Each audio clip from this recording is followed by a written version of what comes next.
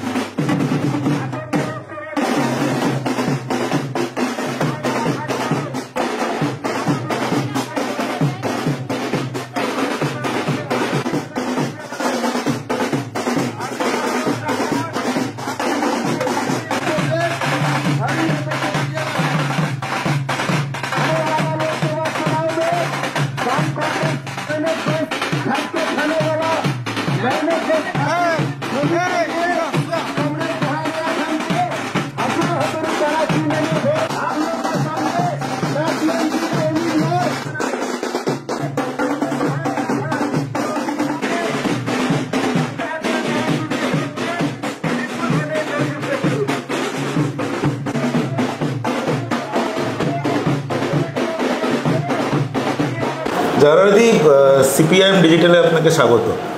এবং আপনাকে তো আলাদা করে স্বাগত বলার কিছু নেই, কারণ আপনারা হচ্ছেন আমাদের প্রতিবেশী আর কি। মানে আপনারা দোতলা, আমরা তিনতলা, তাই তো? হ্যাঁ। যাই হোক, সেটা হচ্ছে আমরা এই সিরিজটা অন দ্য স্পট এটা আমরা করেছি এবং আমরা বিভিন্ন জেলায় যাচ্ছি। জেলায় গিয়ে যে লোকসভায় আমাদের সিপিআইএমের প্রার্থী যারা আছেন তাদের সাথে প্রচারে অংশ নেওয়া, তাদের সাথে বিভিন্ন জায়গায় যাওয়া। মূলত লক্ষ্য যেটা হলো সেটা হচ্ছে যে প্রার্থীকে দর্শকদের কাছে চেনানো। এবার বিষয় যেটা হচ্ছে যে আস্তে আস্তে আমি ভাবছিলাম যে আপনাকে আমি কীভাবে চেনাবো, কারণ আপনি অলরেডি আপনি দর্শকদের কাছে অত্যন্ত পরিচিত। শুধু এই যে নির্বাচনের সময় সেটাই নয়, কারণ আপনি প্রায় 10 বছর আপনি বিধানসভায় বিধানসভার সদস্য ছিলেন। আপনার কেন্দ্র ছিল জামুরিয়া। তাছাড়াও আপনি বিভিন্ন গণসংগঠনে কাজ করেছেন। আপনি সিপিআইএমের পশ্চিমবঙ্গ রাজ্য কমিটির মেম্বার এবং তৎসহ আপনি সারা ভারত গণতান্ত্রিক মহিলা সমিতির রাজ্যের সভানেত্রী। আপনি তো শুরু করতে গিয়ে তবুও কিছু মানে জায়গা তো রয়েই যায়, সেটা হচ্ছে যে প্রার্থীকে চেনানোর ব্যাপারে। যদি আপনি আপনার ছেলেবেলা, বেড়ে ওঠা, পড়াশোনা এই সম্বন্ধে একটু দর্শকদের কিছু বলেন। নমস্কার, আমার নাম জাহানারা খান, বাবার নাম রমজান খান। আমার বাবা হচ্ছে একজন কয়লা খাদানের শ্রমিক ছিলেন। সেই শ্রমিক পরিবারের মেয়ে। ছোটো থেকে এখানে বড় হয়েছি। বড় হবার পর স্কুল, কলেজ, রানীগঞ্জ গার্লস কলেজে পড়েছি। এখান থেকেই পড়ে বড় হয়েছি। ছাত্র অবস্থা থেকে আমি এসএফআইয়ের সঙ্গে যুক্ত ছিলাম। তারপরে ডিওয়াইএফআই করতাম। ডিওয়াইএফআই করতে করতে আমাদের এলাকাতে মহিলা সংগঠনের নেতৃত্বের অভাব, বয়স্ক কমরেড মহিলারা থাকার জন্য আমাকে পার্টির সিদ্ধান্ত অনুযায়ী আমাকে মহিলা সংগঠনের দায়িত্ব দিয়ে দেওয়া হয়। সেই তখন থেকে মহিলা সংগঠনের দায়িত্ব নিয়ে কাজ করে যাচ্ছি। 1989 সালে পার্টির সদস্য পদ লাভ করি। তারপরে পার্টির সদস্য পদ থেকে আস্তে আস্তে এরিয়া কমিটি, তখন তো জোনাল কমিটি ছিল, লোকাল কমিটি, জোনাল কমিটি, তারপরে জেলা কমিটি, তারপরে এখন রাজ্য কমিটির সদস্য হয়েছে। তো লোকাল কমিটির সদস্য কবে হয়েছিল মনে পড়ে? আমি নিশ্চয়ই সেটা অত্যন্ত ছোট্ট বয়সে। হ্যাঁ, খুব কম বয়সেই হয়েছি, কলেজ করার পর, গ্র্যাজুয়েশন করার পরেই হয়েছি। তো সেই ছাত্র অবস্থা থেকেই মানে বাড়িটা তো আমাদের যেহেতু রাজনৈতিক পরিবার, বাবা যেহেতু ইসিএলের ওয়ার্কার ছিলেন এবং ট্রেড ইউনিয়ন করতেন, 8 ঘন্টা ডিউটি করে ট্রেড ইউনিয়ন করতেন, বাবা জেসিসি মেম্বার ছিলেন, ঠাকুমা আমার মহিলা সংগঠন করতেন। তো সেই সুবাদে প্রথমে হচ্ছে যখন ছোট ছিলাম, কোনো মিটিং ডাকলে মহিলাদের, যেমন গিয়ে বাড়িতে মহিলাদেরকে ডেকে নিয়ে আসে, ও কাকিমা চলো, চাচি চলো, দিদিমা চলো, এরকম করে মহিলাদের জোগাড় করার একটা মানে খুব ছিল, আগ্রহ ছিল। আর যাদেরকে বলতো তাদেরকে ঠিক ডেকে স্পটে আমি পৌঁছে দিতাম। তো সেই দেখে দেখে নেশা হয়ে আস্তে আস্তে সংগঠনের প্রতি একটা ভালোবাসা। তারপর দেখতাম বাবার কাছে বহু মানুষ আসতো বিভিন্ন সমস্যা নিয়ে। বাবা প্রথমেই তাদেরকে বলতো, খেয়েছো? যদি বলতো আমি খাইনি, ঝগড়া হয়েছে। আমাদের এখানে কুলিয়ারি অঞ্চল তো বেশিরভাগ মানুষ ভিন্ন ভাষাভাষী মানুষ, তাদের হয়তো নিজেরা হয়তো কোনো ধরনের অসুবিধা করে নিয়ে পারিবারিক কোনো কারণ নিয়ে বাড়িতে হয়তো দৌড়ে এলো। বাবা আগেই বলতো, খাওনি তা বসো, আমি ডিউটি থেকে এসেছি, আমি দুটি খাই, তারপরে তোমাদের সাথে কথা বলবো। তখন বুঝতে পারতাম না যে কেন বাবা এরকম বলে, যে লোক আসে তাকে বলে বসো। তারপর দেখতাম আমরা স্কুল থেকে এসে যে হয়তো দেখতাম যে মা তাড়াতাড়ি পরোটা বানিয়ে ডিম অমলেট করে দিয়ে দিল, কারণ যারা বাইরে এসেছে তাদেরকে ঠাকুমা খাইয়ে দিয়েছে। আর মানুষের যে মুডটা নিয়ে এসেছিল, তারা পারিবারিক ঝামেলা করবে বলে, মানে স্বামী স্ত্রীর ঝগড়া, বাবার কাছে চলো দাদার কাছে যায়, তো সেই মুডটা নিয়ে এসেছিল। সেই মুডটা অনেকক্ষণ বসার পরে, খাওয়া দাওয়া করার পরে তাদের যে লড়াইয়ের মুডটা ছিল না, সেই মুডটা হালকা হয়ে গেল। তারপরে ওরা যখন বলছে, মানে দেখতাম আমি যখন বলতো, সেই মুডটা নেই গো, যে মুডে ওরা এসেছিল, দাদা এই হয়েছে ওই হয়েছে, তারপরে দেখতাম মুডটা একদম কমে গেছে। পরে আমি বাবাকে একদিন বললাম, তুমি এরকম কোনো লোক এলে, এত যদি ভাতের সময় না হয়, বসো আগে চা খাও, কিছু খেয়েছো? আচ্ছা ঠিক আছে। মাকে বলতো কিছু আছে তো দাও, কিছু না হোক তো একটু মুড়ি, ছোলা বাদাম এগুলো একটু মিলিয়ে দাও, খা। তারপরে মানে কোনো মানুষ আমি দেখতাম এলে পরে ওই মোমেন্টে বাবা কখনোই কথা বলতো না, সব সময় সব মানুষকে বলতো বসো, চা জল খাও, দাঁড়াও শুনছি, আমার একটু কাজ আছে আমি করি। আমি ভাবতো কেন এই ধরনের কথাটা বলে। পরে একদিন বাবাকে জিজ্ঞাসা করতে বাবা বলল, দেখো মানুষ যখন বেরোয়, রাগের মুডে বেরোয়, তখন তো রাগের দিক শূন্য থাকে না যে আমি কি করতে যাচ্ছি। আস্তে খাওয়ার পরে তার রাগটা ঠান্ডা হয়ে যায়, আর ঠান্ডা হওয়ার পরে সেই মুডটা যখন কম হয়ে যায়, তখন সহজে সমাধানটা করতে পারা যায়। এটা দেখে মানে আমারও হয়েছিল যে ঠিকই একটা মানে বাবা যেটা বিশ্বাস করে, এটা এক ধরনের আমার মনে হয় তো খুব ভালো বুদ্ধি। যে কোনো মানুষ এই রাগের মুডে আসার পর তার রাগটা কমে যায়। আপনি যখন বিধায়ক ছিলেন তখন তো নিশ্চিতভাবে আপনার কাছে এরকম বহু মানুষ আসতেন, তখনও কি আপনি এই জিনিসটা অ্যাপ্লাই করতেন? না, আমাদের ঘরটা আমি ছোটো থেকে দেখে এসেছি একটা মিনি হোটেল। আচ্ছা, রাত 12টাতে গেলেও আপনাকে আমি খাইয়ে দেবো, তো যাই হোক, ভাত হোক, দুটো রুটি করে হোক, আপনাকে অমলেট করে খাইয়ে দেবো। তো এটা আমরা ছোটো থেকে দেখতে দেখতে একটা অভ্যস্ত হয়ে গেছি, ওই জন্য আর এটা নতুন করে কেউ ভাবনা নেয়। এবার লোকের আশীর্বাদ বলুন, যাই বলুন, মানুষ আমার ঘরে এলে কখনো আমি তাকে ফিরিয়ে দিই না। এটা আমার ঠাকুমার দেখানো সিদ্ধান্ত, আর সেই সিদ্ধান্ততেই আজও পর্যন্ত ওই একই চলছে। আমরা কাউকে খাওয়াই না। মানুষ, আমার ঠাকুমা বলতো, যার ভাগ্যে যেখানে লেখা আছে সে ঠিক খেতে পাবে, তুমি কাউকে বলো আর চাই না বলো। এরকম দেখতে আমার কাছেও যে সমস্ত মানুষ আসতো যাদের অসুবিধা নিয়ে, তো বেশিরভাগটা আমরা অফিসেই আমি বেশি ইয়েটা করতাম। হ্যাঁ, অফিসে করতাম। তারপর অফিসের পরে যদি কোনো মানুষের দরকার হতো, সে বাড়িতে আসতো। বাড়িতে আসার পর তার প্রবলেম শুনতাম, তার কাজ করা। আমার শুরু থেকেই মানে সিদ্ধান্ত ছিল, কোনো আমাকে বিয়ে বাড়ি কিংবা কোনো পার্টিতে আপনি আমাকে খুবই কম দেখতে পাবেন। কিন্তু যদি কোনো মানুষ অসুস্থ হয়, হাসপাতালে ভর্তি হয় কিংবা মারা যায়, আমি তৎক্ষণাৎ চেষ্টা করি সেই পরিবারের কাছে গিয়ে দাঁড়াতে। এটা আমার ইয়েতে। এই জন্য অনেকে বলে যে তোমাকে ইনভাইট করলাম তুমি এলে না। তো আমার মনে হয় যে আমি হয়তো খুব কম হয়তো যায় না কেন যায়, সুখের দিন থেকে দুঃখের দিনে বেশি পাশে থাকাটা বেশি জরুরি মনে করি। এবং সেই সময় মানুষ অসহায় থাকে, তো সেই সময় মানুষের পাশে দাঁড়ানো, কিছু আমরা তো কিছু কাউকে করতে পারবো না, কিন্তু পাশে থেকে যদি সান্ত্বনা দিই, কথা বলি না, সেই মানুষদের অনেকটা ভালো লাগে। আমার কথায় বলে দুঃখের দিনের বন্ধু হচ্ছে আসল বন্ধু, সুখের দিনে তো বহু বন্ধু পাওয়া যায়।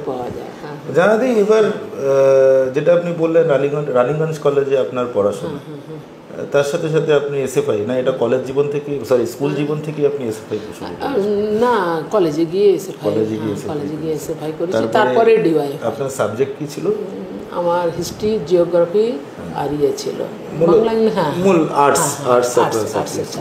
তো সেখান থেকে সেই সময় এইটা এই জন্যই জিজ্ঞাসা করা, সেটা তো নর্মাল সব পরিবারেই হয়, আমাদের পরিবারেও হয়েছে যে পড়াশোনার সময় বাবা মা বলতেন যে পড়াশোনা করো, রাজনীতি করো না, কিন্তু আমরা তাও লুকিয়ে লুকিয়ে সবাই সেটা করে আর কি। আপনার পরিবারে সেরকম কোনো? না, আমার বলতো না যে রাজনীতি করো, কারণ আমি রাজনীতি পরিবারে তো বড় হয়েছি, এইগুলো তো দেখেই বড় হয়েছি। বাবারকে দেখে এটাই মনে হতো বাবা এমন একটা কিছু করে যেটা নীতি আদর্শ দেখে এত মানুষ আসে, এত ভালোবাসে। এই লাল ঝান্ডাটাকে ভালোবাসা ছোটোর থেকেই আমার ছিল, কারণ আমি খুব যখন ছোটো ছিলাম আমার মনে আছে বাবারা বিভিন্ন স্ট্রাইকে, তখন এখনকার মতো তো এত পোস্টার ছাপানো হতো না, তখন ওই সাদা কাগজে আলতা দিয়ে লিখতো। তো আমার বাবার লেখা খুব ভালো ছিল, বাবা পেন্সিল দিয়ে কোড করে লিখে দিতেন আর আমি তার ভেতরে আলতা দিয়ে লিখতাম, তখন তো ওইটাই বেশি ছিল। এখন তো এত ভালো প্রিন্টার বেরিয়ে গেছে, এত ভালো আমাদের এখন বললে প্রিন্ট আউট বেরিয়ে যাচ্ছে, এটা তখন ছিল না। তো ওই লাল ঝান্ডাটার ভালোবাসা একদম জন্মসূত্র থেকে। আচ্ছা, তো এরপরে তারপরে হচ্ছে আপনার যুব ফেডারেশন, তারপরে যুব ফেডারেশনের সাথে সাথে তখন তো মহিলা সমিতি ছিল, পশ্চিমবঙ্গ গণতান্ত্রিক মহিলা সমিতি ছিল, তারপরে আইডবা। আপনি তো কমিউনিস্ট পার্টির সর্বক্ষণের কর্মী হন, এটা কোন সালে? এই কমিউনিস্ট পার্টির যখন রাজ্য কমিটির মেম্বার হলাম, আচ্ছা 2000, এটা 2024 চলছে, তো 2022-এ মনে হয়, তখন না 2023-এ আমি যখন এই মহিলা ইয়ের রাজ্য প্রেসিডেন্ট হলাম, তখন 2022 হবে। চন্দননগরে যেটা হবে তখন, তারপরে আপনি হোল টাইমার হয়েছেন। আচ্ছা, এটা হবে, এটা কেটে দেবো, এগুলো থেকেই যাবে। আচ্ছা, এবার বলুন, সেটা হচ্ছে যে আমরা আস্তে আস্তে শুনছিলাম আর কি, আপনার নাকি এই আপনার প্রথম, আপনার কি দ্বিতীয় দফায় আপনার নাম অ্যানাউন্স হয়েছে? না, প্রথম দফায়, মানে 14ই মার্চ। 14ই মার্চ, তো 14ই মার্চ থেকে প্রায় 2 মাস সময় আপনি হাতে পেয়েছেন। মূলত সমাজ মাধ্যমে এবং খবরের কাগজে আপনার যা ছবি দেখেছি আপনি পায়ে হেঁটেই প্রচার করছেন, খুব গাড়িতে আপনার, মানে গাড়িতে করে প্রচার করা এই ছবি আপনার খুব রেয়ার। এবং আমরা আস্তে আস্তে দেখছিলাম, সেটা হচ্ছে যে শুনছিলাম আর কি, যে আপনার বিরোধী দলের সব লোকজন এটা আলোচনা করছেন যে আমাদের প্রার্থী তো বেরোন না, বয়স হয়েছে, যাই হোক, গাড়িতে করে ঘুরছেন, এবং আপনাদের কর্মীদের নাকি জিজ্ঞাসা করছেন যে তোদের প্রার্থীকে তোরা কি খাওয়াচ্ছিস যে এত এনার্জি পাচ্ছিস। তো এই এনার্জি, এই গরম, এরকম দুর্বিষহ গরম, তার মধ্যে আপনি হেঁটে হেঁটে সব বাড়ি বাড়ি পৌঁছানোর চেষ্টা করছেন। তো এইটার সিক্রেটটা কি? এইটার সিক্রেটটা মানুষের ভালোবাসা। মানুষের ভালোবাসা। আমি যেদিন থেকে নাম অ্যানাউন্স হয়েছে সেই দিন, সেই মুহূর্ত থেকে, আমাদের তখন রোজা চলছিল, স্যার মনে হয় 2nd ইয়ার 3rd রোজা হবে, সেই দিনে সেই মুহূর্তে আমি 8 ঘন্টা আগে জানতে পারলাম যে আমার নাম অ্যানাউন্স করছে। আমার রাজ্য কমিটির লিডার আমাকে ফোন করে বললেন, আমি তো আকাশ থেকে বললাম যে এটা তো আমার হওয়া উচিত নয়, অন্য কেউ হলে ভালো হতো। তো বললো পার্টির সিদ্ধান্ত, তুমি আর কোনো কথা বলবে না। তারপরে যে নাম অ্যানাউন্স হয়েছে, আমার নেতৃত্ব বলল তুমি এখনই আসো, আমরা মিছিল করব। তো আমি যেখানে থাকি সেখানে খাসকানাতে মিছিল, তারপরে জামুরিয়াতে মিছিল। আমাদের লিডারশিপ বললো, আমি বললাম মনোজদা আমার তো রোজা আছে। বললো কিছু না, 2টো পিন কেজির মুখে দেওয়া, সোজা বেরিয়ে আসো। তো সঙ্গে সঙ্গে আমি বেরিয়ে গেলাম আমাদের ওখানে যে খাসকানাতে, ওখানে একটা মিছিল করলাম। তারপরে সঙ্গে সঙ্গে জামুরিয়াতে গেলাম। জামুরিয়াতে তখন ব্যাপক মানুষের জমায়েত, কারণ একটু সময়টা পাওয়া গেল। আর এখানে চটজলদির মধ্যে সেই দিন, সেই মুহূর্ত থেকেই প্রতিদিন পুরো রোজার মাস বলুন না, তারপর এখনও পর্যন্ত রেগুলার। খালি একদিন হোলির দিনে বোধহয় আমি ছুটি পেয়েছিলাম।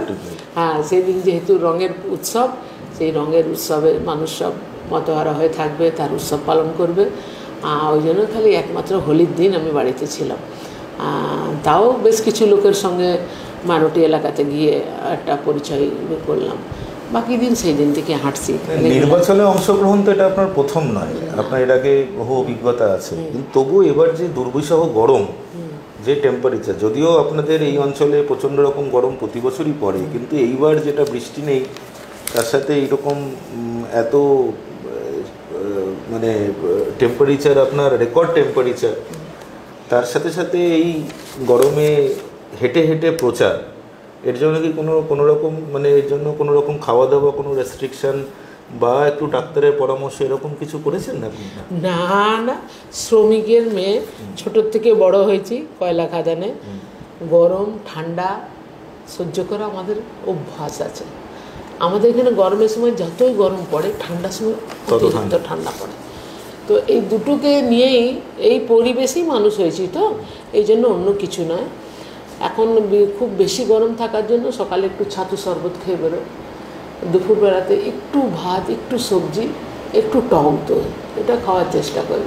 শশাটা ভালোবাসি, শশাটা একটু খাই। তাছাড়া কিছু সিম্পল খাবার, আমাদের তো বিলাসিতা খাবার নয়। শ্রমিকের মেয়ে আবার সেই ডাক্তারের ডায়েট চার্ট নিয়ে খাওয়া দাওয়া ওসব নয়। যা খায়, যেটুকু পছন্দ হয় ততটুকু খেলাম, বাস ওইটাই। একটু পজ কর, একটু ইয়ে করে আবার চালু কর, মানে টানা। যারা এই সেই অর্থে সংসদীয় রাজনীতিতে আপনি বিধায়ক ছিলেন, তো জানি, তার আগে কোনো রকম দায়িত্ব পালন কিছু করেছেন? হ্যাঁ, তার আগে দায়িত্ব পালন করেছি। আমি প্রথমে পঞ্চায়েতের মেম্বার হয়েছিলাম, 5 বছর পঞ্চায়েত কাজ করেছি। প্রথম অভিজ্ঞতা নতুন পঞ্চায়েত সদস্য হিসাবে, যদিও তখন বামফ্রন্টের সময়, কিন্তু ওই বুথে বুথে মিটিং করা, মিটিং করে মানুষের যে চাহিদা, রাস্তাঘাট, পানীয় জল, বিদ্যুৎ, তারা যেটা বলতো আমরা সেটা খাতাতে নোট ডাউন করতাম। আচ্ছা, সে নোট ডাউন করার পর পরবর্তী সময় পঞ্চায়েতে যে টাকা পয়সা আসতো, সমস্ত মেম্বাররা নিজের নিজের এলাকায় গ্রাম কমিটির সভা, আমাদের স্টাফরাও থাকতো, আমরাও থাকতাম, গ্রামের মানুষ তারাই, যেমন 4টা ঘর হলো, এখন যেমন বহুত ঘর আসছে, তখন তো অত ঘর আসতো না, কম ঘর আসতো। তো যদি আমাদের ভাগে যদি 1টা কিংবা 2টো ঘর পড়লো, তাহলে আমরা গ্রামসভাতেই বসে বলতাম, 2টো ঘর এসছে, তোমরাই ঠিক করো কার প্রথম দরকার, কার দ্বিতীয় দরকার। তো তারা নিজেরাই ঠিক করে নিত যে ওর অবস্থাটা একটু খারাপ আছে, ওকে প্রথমে দেওয়া হোক, পরে আমাকে দেওয়া হোক, তৃতীয়তে এলে ওদের দেওয়া হোক। মানে এটা গ্রাম কমিটির সভাতে বসেই আমরা একটা লিস্ট করে নিতাম যে কোন কাজটা হবে। এবং রাস্তাঘাট, পানীয় জলের ব্যাপারও ঠিক হতো। যদি আমার এখানে একটা রাস্তা হয়, তো রাস্তাটা কোন রাস্তাটা আগে হওয়া উচিত, পরবর্তী সময়ে কোন রাস্তা হওয়া উচিত, এটা আমরা সবসময় গ্রাম সভাতে জিজ্ঞাসা করে সেই অনুযায়ী আমরা কাজটা করতাম। এবং সেই সময় গ্রামের মানুষের সঙ্গে প্রত্যেকটা বাড়ি বাড়ি ঘোরা, মানুষের সঙ্গে অভিজ্ঞতা নেওয়া, একটা বেশ ভালো, মানে একটা আমার নিজের একটা খুব ভালো অভিজ্ঞতা হয়ে গেছিলো। যে তখন মনে হয়েছিল এই মানুষগুলোর পাশে যদি থেকে কিছু করতে পারি, তাহলে আমার মনে হয় খুব ভালো হবে। পরবর্তী সময়ে আবার 2009 সালে পঞ্চায়েত সমিতিতে দাঁড়ালাম, জিতলাম। এবং তখন 2009 পঞ্চায়েত সমিতি তখন সভাপতি হলাম, আমার সহসভাপতি আরেকজন ছিলেন। তো তখন আবার আগে তো একটা পঞ্চায়েতে কাজ করেছি, আমার হচ্ছে জামুড়িয়াতে 10টা পঞ্চায়েত আছে। আর তো 10টা পঞ্চায়েতের প্রতিনিধিদেরকে নিয়ে, প্রধানদেরকে নিয়ে, উপপ্রধানদেরকে নিয়ে একটা প্রশিক্ষণ হলো। প্রশিক্ষণ হওয়ার পর এবার যে কাজ আমি আমার ছোট্ট এলাকার মধ্যে করছিলাম, সেই কাজ একটা বৃহত্তর এলাকার মধ্যে করার একটা সুযোগ পেলাম। এবং বিভিন্ন পঞ্চায়েতগুলোতে যেতাম, পঞ্চায়েত সমিতি সভাপতি হিসাবে বিভিন্ন পঞ্চায়েতে গিয়ে তাদের সঙ্গে বসে মিটিং করা, তাদের কোন কাজ করা উচিত, কোন কাজ না করা উচিত, এইগুলো নিয়ে একটা আলাপ আলোচনা করা। এবং সেটা আমাদের সমিতিতে বসে একটা সিদ্ধান্ত নেওয়া, যে পঞ্চায়েত সমিতিতে এই ব্যাপারগুলো সিদ্ধান্ত নেওয়া, এটা খুব ভালো অভিজ্ঞতা। যারা কাজ করতে চায় না, তারা যদি কাজ করার ইচ্ছা রাখে তো এই খেটে খাওয়া গরিব মানুষগুলোর কাছে গেলে আপনাকেই তারা কাজ বলে দেবে যে কোন কাজটা আগে করতে হবে, কোন কাজটা পরে করতে হবে, কোনটা প্রায়োরিটি। হ্যাঁ, প্রায়োরিটিটা ঠিক করে দেয়। এবং আমাদের জেলা পরিষদে আমাদের যারা তখন আমাদের ইয়ে ছিল, আমাদের সভাধিপতি খুব ভালো সহযোগিতা করতেন। না, এই মুহূর্তে আমার নামটা মনে পড়ছে না, আমাদের বর্ধমানের। আর আমাদের পূর্ত কর্মদক্ষ ছিল অলোক ভট্টাচার্য। তো অলোকদা মানে অমায়িক মানুষ। আমাদের যে কোনো কাজের, আমরা যারা মহিলা সভাপতি ছিলাম, 5 লাখের উপর টেন্ডার হলে সেটা হচ্ছে জেলা পরিষদ করবে। তো এই ইঞ্জিনিয়াররা করব বলে কোনো কাজ ফেলে রাখা না। অলোকদার কথা হলো একদিন, তখন তো অবিভক্ত জেলা, হাতে একদিন সময় নিয়ে আসো, কোন কোন কাজগুলো ভেটিং করাতে হবে সেটা নিয়ে আসো, এখানে থাকো, ইঞ্জিনিয়ার বসবে, ভেটিং করে দেবে, নিয়ে যাও, গিয়ে টেন্ডার করাও। মানে ওই ফেলে রাখার কারণ।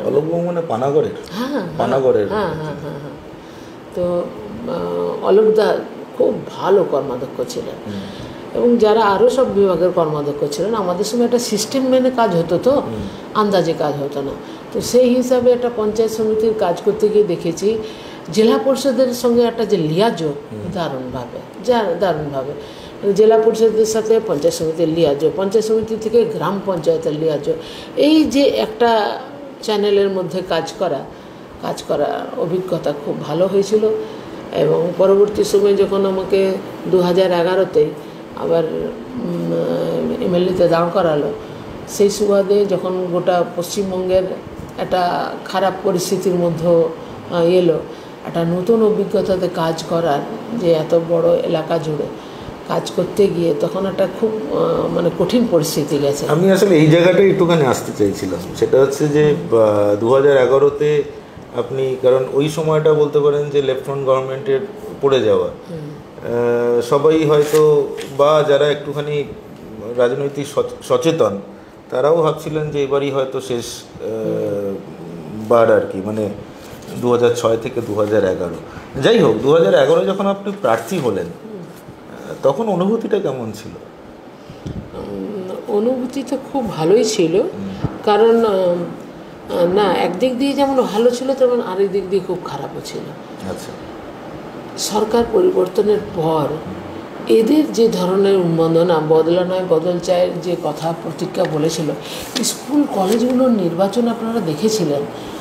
স্কুল কলেজের নির্বাচন হচ্ছে মনে হচ্ছে বিধানসভা নির্বাচন হচ্ছে, গোটা রাজ্য জুড়ে হই হই হই হই অবস্থা একদম।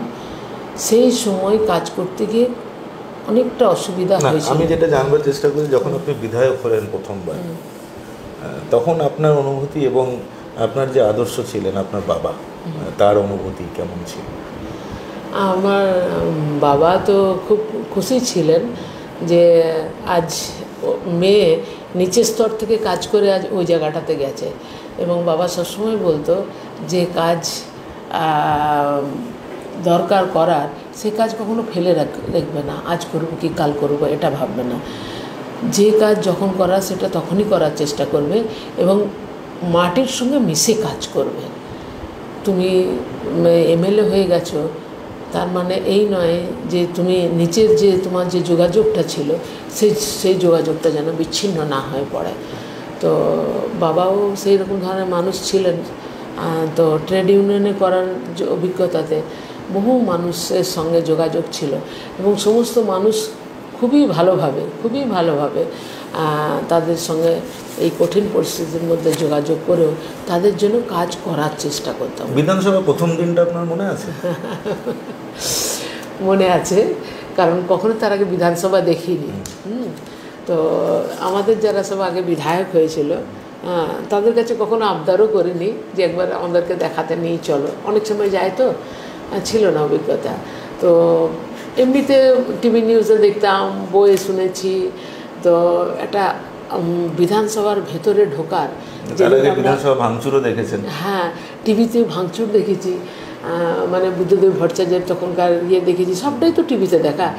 প্রথম যখন শপথ নিলাম, শপথ নেওয়ার পর ওই নওশাদ আলী কক্ষে যখন শপথটা পাঠ করছি তখন মনে হচ্ছে না গায়ে কাঁটা দিচ্ছে। যে এত ইয়েটা যে শপথ নিচ্ছি, সেই শপথ অনুযায়ী মানুষের বিশ্বাসটা রাখবো, এই একটা যেন একটা দৃঢ় প্রতিজ্ঞা। বিধানসভাটা দেখে নিজেকে যেন খুব মনে হলো, খুব ভালো জায়গা, এত সুন্দর জায়গাতে একটা প্রতিনিধি হয়ে এসেছি, যাদের আশীর্বাদ নিয়ে এসেছি তাদের জন্য যেন কিছু করতে পারি, এই একটা। তার মধ্যে কোনো মন খারাপ ছিল? মন খারাপ তো নিশ্চয়ই থাকবে, কারণ আমাদের সরকার চলে গেছে, তারপর আমাদের নেতৃত্বের মধ্যে অনেক জিততে পারেনি, তার একটা কষ্ট। তবে সূর্যদা ছিলেন আমাদের অপোজিশন লিডার, আমাদের আনিসুরদা ছিলেন, সুশান্তদা ছিলেন, তো আমার একটা অভিজ্ঞতা ছিল না ওনাদের সঙ্গে সবসময় বসে কাজ করা। এবং আমাদের নেতৃত্বরা, আমরা যারা নতুন বিধায়ক হয়েছে, তারা কিভাবে করব, কিভাবে প্রত্যেক দিন মেনশন জমা দেবো, কিভাবে কোনো বিলের উপর আলোচনা করতে হবে, এগুলো সম্পূর্ণ প্রথম আমাদের গাইড করে দিয়েছেন এবং বলতেন যে আমাদের বিধানসভার যে লাইব্রেরি আছে সেই লাইব্রেরিতে যাবে, বই পড়বে, বই দেখবে, বিভিন্ন আলোচনাগুলো দেখবে, আর লাইব্রেরিটাকে ব্যবহার করার জন্য সবসময় বলতেন। এবং সেই শিক্ষা নিয়ে আমাদের একটা নেশা হয়ে গেছিলো যে সকালবেলাতে বিধানসভা চললে, এদের সময় তো খুব কম চলতো, যতটুকু সময় চলতো, আমরা যে কজন মহিলা বিধায়ক ছিলাম, আমরা 8টার সময় আগে বেরিয়ে আসতাম। আপনারা? আমরা তখন ছিলাম বোধহয় 40 জন মতো।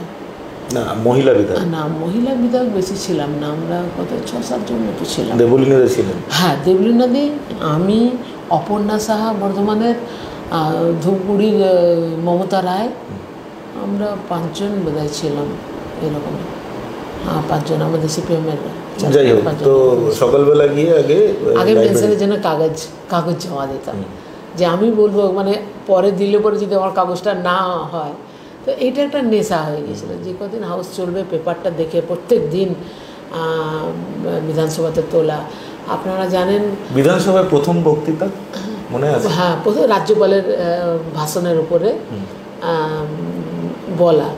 তো আগে তো মাঠে ঘাটে বক্তৃতা দিয়েছি, প্রথমটা খুব ভয় তো আনিসুরদা প্রথমেই আমাকে ডেকে বললো, জাহানারা, রাজ্যপালের ভাষণে যে ইয়েটা দিয়েছে ওর উপরে আলোচনা করতে হবে, এটাতে তুমি যেমনভাবে মাঠে ঘাটে বক্তৃতা দাও তুমি ঠিক এরকমই দেবে, খালি একটু বইটা পড়ো, আরও সবাই বলছে সেটা একটু মাথাতে রাখো। ওই প্রথম রাজ্যপালের ভাষণের উপরে বিরোধিতা করে যা বলেছে তার বিরুদ্ধে বলা। তো প্রথমবার বলতে আমার তখন একটু ভয় লাগছিলো, যে আগে আপনারা আলোচনা বললেন না, আর ফট করে নাম দিয়ে দিলেন, কি বলবো না বলবো, এটা লাগছিলো। তারপর যখন বললাম, তারপর আর কোনো ব্যাপার নয়, তারপর থেকে যখন হ্যাঁ, তারপরে একবার সূর্যদা বললো, জাহানারা তোমাকে হিন্দিতে বলতে হবে। বললাম আমি তো হিন্দি, বলে না তুমি ঠিক পারবে বলতে। আরেকবার পার্টিসিপেটে আলোচনা করলাম, হিন্দিতে বক্তব্য রাখলাম। তো আবার আস্তে আস্তে দেখতে দেখতে তারপর আমাদের যে কটা বিল আসতো সেই বিলের উপর আলোচনা করার জন্য আমরা রাত্রেবেলাতে একসঙ্গে বসতাম, বসে নিয়ে আমাদের শাহজাহানদা ছিলেন কাটোয়ার, শাহজাহান চৌধুরী, তো উনি ছিলেন, আমাদের গৌরাঙ্গ চ্যাটার্জি ছিলেন। তো আমাদের সবসময় গাইড করতেন কীভাবে এই পয়েন্টগুলো তোলা যায়, ওখানে কীভাবে বলা যায়, এগুলো ব্যাপারে লিডারশিপটা খুব সহযোগিতা করতেন। সেই সময় যদিও বামফ্রন্টের বিধায়ক সংখ্যা কম ছিল, তবুও আপনি যে সময়কাল আপনি বিধানসভায় কাটিয়েছেন, কাদের বক্তৃতা আপনাকে ইন্সপায়ার করতো? দেখুন, সূর্যদত্ত বক্তৃতা খুবই দারুণ, কারণ উনি যেভাবে বলতেন খুব ভালো লাগতো। আচ্ছা, তারপরে হচ্ছে আমাদের আনিসুরদা দীর্ঘদিন পঞ্চায়েত মন্ত্রী ছিলেন, ওনার পঞ্চায়েতের প্রচণ্ড অভিজ্ঞতা ছিল, উনি যখন বলতেন খুব ভালো লাগতো। তারপরে আমাদের কংগ্রেসেরও নেতৃত্ব ছিলেন, যারা দীর্ঘদিন ধরে বিধায়ক ছিলেন। শিক্ষার অনেক জিনিস আছে, এইসবের মধ্যে আমাদের খুব লাগতো। ওরা যখন বলতেন তখন আমরা খুব মন দিয়ে শুনতাম, ব্যাপারটা অনেক, প্রথম তো শিক্ষণীয় ব্যাপার, আমাদের খুব ভালো লাগতো। সরকারি দলের কোনো বিধায়ক যারা একটু ভালো বলতেন? বামপন্থীরা তো সব জায়গা থেকেই শেখার চেষ্টা করেন। হ্যাঁ, উল্লেখযোগ্য কেউ সেরকম মনে পড়ে? বিধায়ককে মনে করতে পারছি না সেরকমভাবে। না, ওনাদেরও বিধায়ক নাম এই মুহূর্তে বলতে পারছি, মানে মনে আসছে না আমার। ওনাদেরও কয়েকজন বিধায়ক ছিলেন, বক্তব্য ভালো রাখতেন, তবে ওই বামফ্রন্টকে সবসময় তুলোধনা করতেন। 34 বছরে এই করেছো, ওই করেছো, ওই করেছো, কিন্তু তাহলে 34 নামীদের মধ্যে কেউ সেরকম না। না সেরকম মানে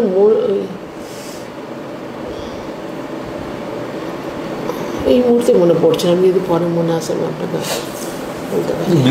বিধানসভা চলাকালীন, মানে বিধানসভার সদস্য থাকাকালীন আপনার নামটা একটা সময় সংবাদপত্রে উঠে আসে যে নক্কারজনক ঘটনা যেটা বিধানসভায় হয়েছিল, আপনি আপনার সাথে সাথীরা যারা আছেন, আপনার নেতা গৌরাঙ্গ চ্যাটার্জি, তারা ফিজিক্যালি অ্যাসল্ট হয়েছিল। সেই সময়টার কথা একটুখানি যদি বলেন।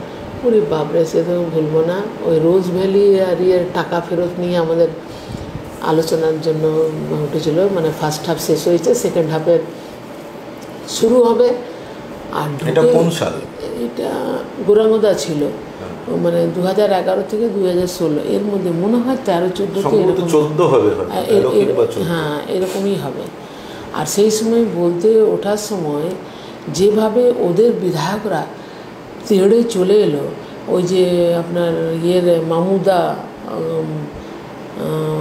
ওদের তৃণমূলের যে বিধায়ক, মহিলা বিধায়ক, তিনি দৌড়ে এসে দেবলীনা দিকে যেভাবে চুলের মুঠি ধরে ওই পার থেকে দৌড়ে এসে যেভাবে আক্রমণ করলেন ওই রোজ ভ্যালির টাকা ফেরত দেওয়া নিয়ে, তো মানে আমরাও আশ্চর্য হয়ে গেলাম। মানে এটা তো সেই গ্রামে নিচের স্তরের মহিলারা যেমনভাবে লড়াই করে, সেইভাবে দৌড়ে এসে যে এক বিধানসভার মধ্যে যে আক্রমণ করতে পারে, এটা আমাদের অভিজ্ঞতার মধ্যে ছিল না। এবং দৌড়ে এলেন। আবার দেবলীনার দিকে বাঁচাতে গিয়ে আমি তো একদম লাস্ট উপরে বসতাম, আর এদিকে নিচের রোতে, আর নিচে ছিল গৌরাঙ্গদাও দৌড়ে গেছে, পেছনে আমরাও সব বিধায়করা গেছি ওদেরকে ছাড়াবার জন্য, দেবলীনার দিকে বাঁচাবার জন্য। গৌরাঙ্গদা ছাড়াতে গেছে, গৌরাঙ্গদাকে এমনভাবে ঠেলে দিল, গৌরাঙ্গদার ওই যে আমরা বসি ওই বেঞ্চের এতে গৌরাঙ্গদার এখানে লেগে গেল, গৌরাঙ্গদা ইনজুরিড হয়ে গেলেন। তারপরে দেবলীনা দিয়েও ওর হাতাপাতি। এবার সমস্ত বিধানসভার স্টাফরা সব ওখানে পৌঁছে গেলেন। মানে সে একটা এরকম নক্কারজনক ঘটনা হয়তো পশ্চিমবঙ্গের বিধানসভার ইতিহাসে কখনো হয়নি, না কখনো হয়নি।